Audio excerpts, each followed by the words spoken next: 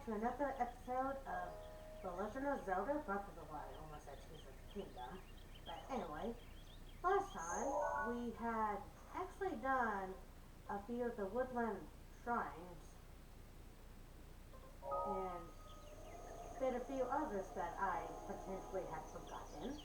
So in this episode, now we are actually going to be grabbing a very important item. If I don't know why there's enemy music playing, but anyway, this episode, like I said, we're going to be grabbing a extremely important item called the Master Sword, which is I guess the sword that sears the darkness, or the sword of evil's bane, or whatever it is. Now, unlike other Zelda games where you get the Master Sword like halfway through the game, or like I guess kind of towards the end of the game or whatever, or whenever you get it. Instead, in Breath of the Wild, along with its sequel, Tears of the Kingdom, you can actually grab the Master Sword whenever you want. It does not matter when you get it. You can get it before you do the Divine Beasts, after the first, second, third, or after you complete all 4 Divine Beasts. It does not matter when you get it. Or I guess in Tears of the Kingdom, after you do all the temples or whatever. So, and I guess another thing to, well, whatever, but anyway, to get to the Master Sword, you are required to come into the Lost Woods. So, anyway, you see these torches of fire. You see, as soon as you enter the Lost Woods, follow these first. Otherwise, you will get lost or whatever, which is why it's called called the Lost Woods or whatever. Okay, I'm kind of in the right way. Okay, I wanted to make sure. So, I don't know why, but it can be quite difficult to know where you're going, especially if this is your very first attempt at playing it. Especially your first time going through the Lost Woods here. And, oh, that's right, now that I think about it. I guess before I forget, see this treasure DLC treasure chest? Open it. Then we get the Korok mask, a mask inspired by those fun-loving Koraks. It shakes when one is hiding nearby. It's a rather rare find, which I highly recommend that you grab that, because that way if you want to 100% the Korok seeds, which I don't know why you would, but anyway. So, anyway, the Lost Woods. Oh god. Well, that was easy to explain. So, if you happen to come across fog that is like,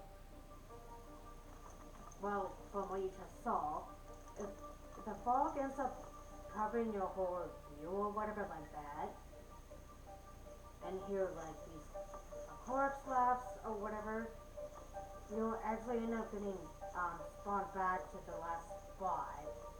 Oh god, like that for example. So once it starts doing that, run away quickly. As fast as you can. Oh god. Like that, because otherwise you will get dragged in really quickly if you're not paying attention or don't get out in time. But anyway, and as you're gonna see,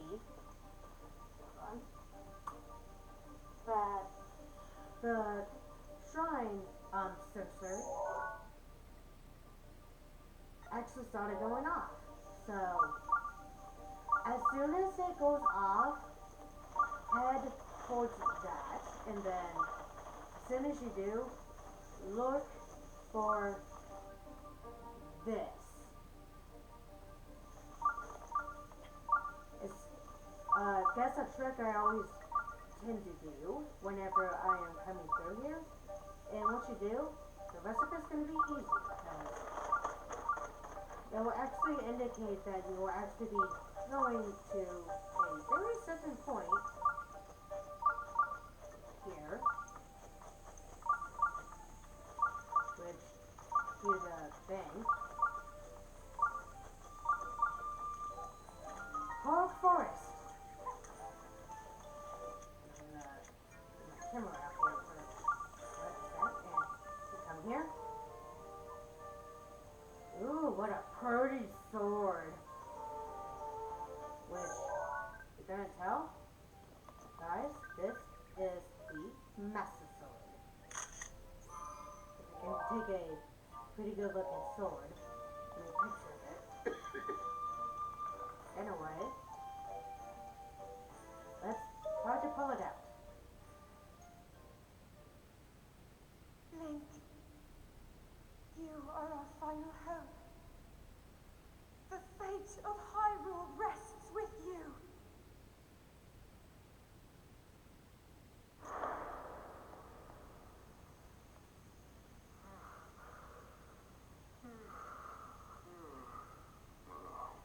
Who is that? Did I doze off again? Well, well. It's you. You finally decided to return. Better late than never. After 100 years, I'd nearly given up hope on seeing you again. Even my patience has limits, you know. That look on your face tells me that you have no recollection of me, however. I have watched over Hyrule since time immemorial. Many have referred to me over the ages as the Degu Tree. That is the weapon created by the ancient goddess. The sword that seals the darkness that only the chosen knight can wield against the Calamity Ganon. Believe it or not, it was actually you who wielded that sword 100 years ago. But I must warn you to take extreme caution. The sword stands as a test to anyone who would dare attempt to possess it. As you are now, I cannot say whether you are worthy or not. If you sought to free the sword in any sort of wicked state, you would surely lose your life where you stand.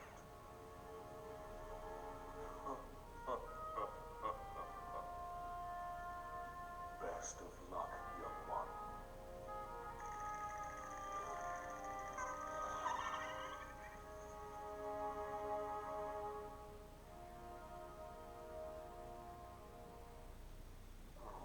The sword cares not for your physical might, it is moved by what lies within.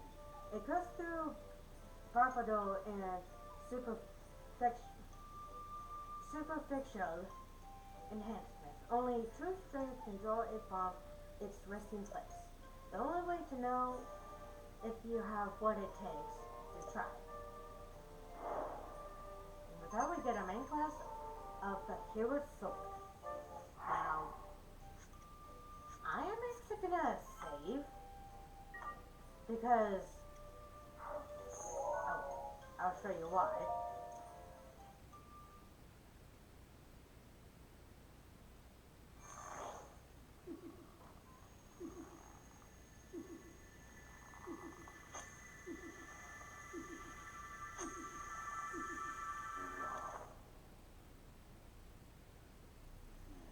have lost your life if you hadn't released your grip on the sword. Prepare yourselves. You prepare before you try again. For I will not stay your hand partway through the next time. So yeah. So unlike most games where you can just pick it up, you actually have to have a certain amount of hearts to hold the sword. Now, if my memory serves me correctly, you have to have 13 or more hearts to pull out this sword. If you don't, like the Great Deku Tree said, you will actually full on die and get a game over if you try to pull the Master Sword out if you don't have 13 or more hearts. I'm gonna save again, just be safe. So,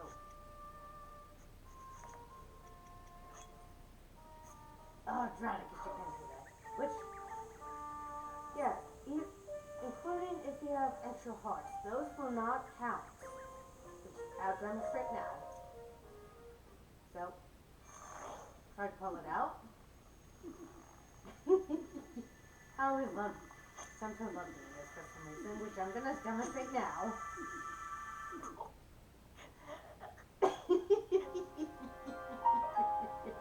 So yeah, you can actually full on die from trying to pick up the freaking Master Sword in this game. Which, I kinda don't get how that full on works, but whatever. Which is why I say to save. Well, which is why I save. Because the thing I didn't want to end up doing was I ended up having to redo that again. Well, go through Clark Forest again. Anyway, why find the Great Deku Tree at this KO Rogue Shrine? Which I'm gonna save as a pinpoint for this, because that way I don't have to go through Clark Forest again. And guess who? Remember this guy? Neither do I, but I'm kidding. Anyway, it's the awesome Hesto. It's you. We meet again. What's with the silent treatment? Don't you remember me? I'm the musician of Clark Forest. Hesto. I'm impressed you found your way through the Lost Woods and made it here. So you have bought me any Korok seeds? I sure hope so. If you return my lost Korok seeds to me, I'll expand the size of your inventory. Which stash do you want another spot? Now, so if remember Estu, I guess from what he said, which you'll actually find him on your way on the road to Kakariko Village at the very beginning of the game. So if you see him or are interested in talking to him to take his maracas back, do this. Do that side quest. I will not stress enough how important that is. Which, if you don't know, from very early in the series, from episode 2 or 3 of this series, I don't remember which episode, where I have shown what to do with Hestu in the side quest. So, which I always say, do that side quest of Hestu and get in his maracas. Because if you do, like he said, he will be able to expand the size of your inventory. Mainly the weapon, bow, and shield stash. Because the more slots you have, the more the more weapon, bow, and shields you can carry. So, since I had already done this, we'll expand it. I'm going to expand it more.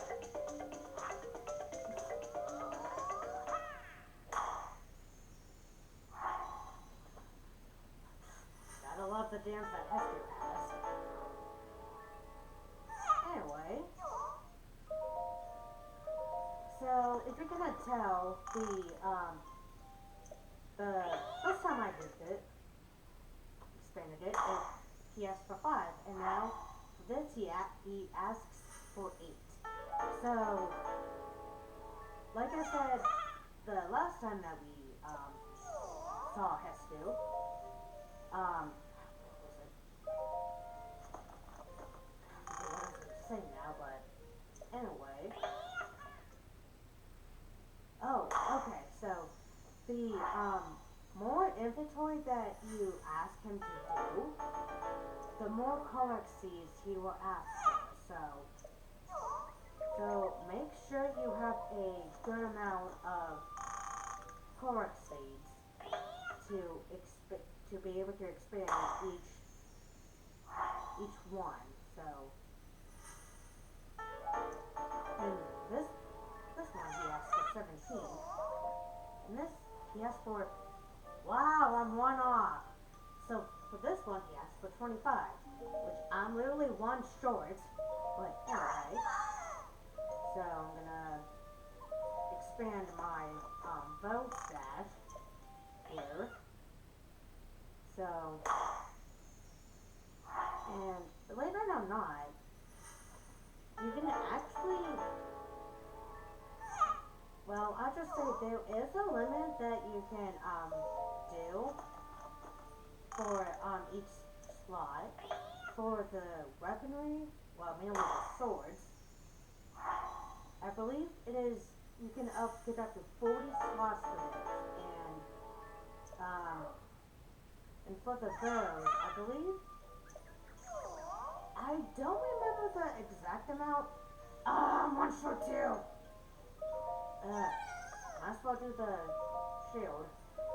Anyway, again, for the weaponry, it is up to 40. For the bow, I believe it is between 12 and 15. I don't remember the exact amount, but it's somewhere between that. And then for the shields, I think it's the same as the weapon stash. 40. I think it's, or it's 20. I don't remember. It's been a while since I upgraded all of this. So anyway, to be able to upgrade all 3, you have to have 400. I don't remember the exact amount, but you have to have 400 over 400 Korok seeds to be able to upgrade all 3. Over 400. 400 and something, but I can't remember the exact amount. But anyway, now since this requires me to have more than 15 hearts, which is why I've been saving these spirit orbs, because I wanted to wait until we got to the Master Sword to upgrade my hearts.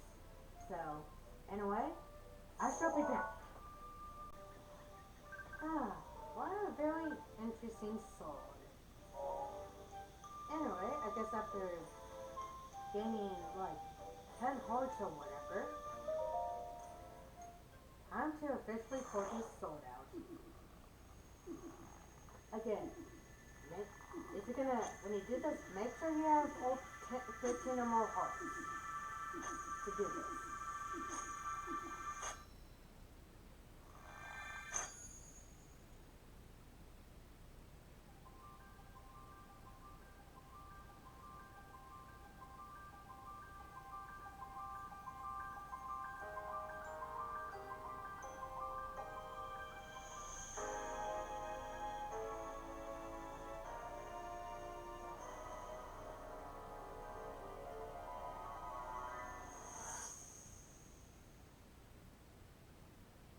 Your master will come for you.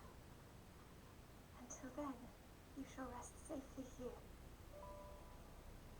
Although the slumber of restoration will most certainly deprive him of his memories, please trust me when I say that I know he will arrive before you yet again. If I may be so bold, what is it that you are planning to do next, Princess?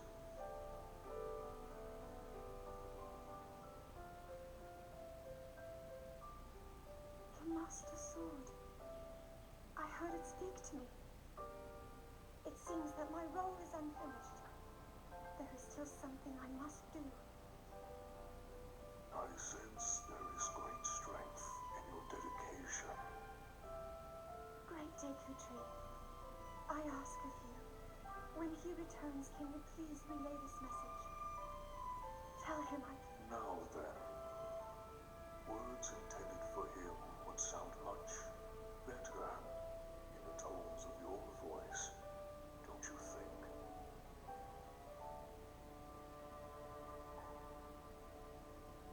Yes.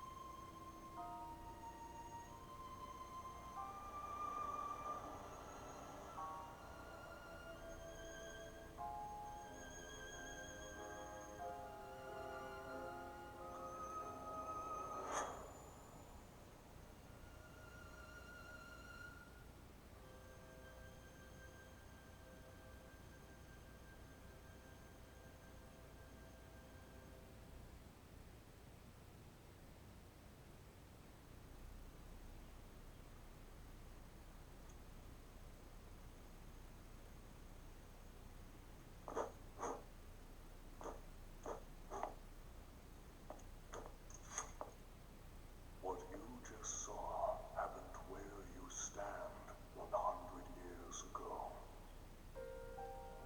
After you were separated from the sword, the princess thought to bring it here, where she knew that it would be safe under my watch. She continues to fight, trapped deep within the confines of Hyrule Castle. Her heart cascades with faith that you will return. She has a smile like the sun. I would do much to feel its warmth upon me once again.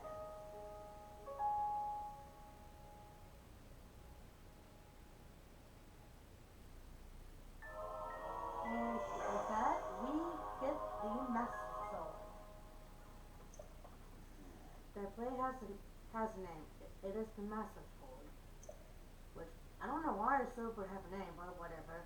When used against Calamity Ganon or those tainted with by his malice, it will become the first withholding that light.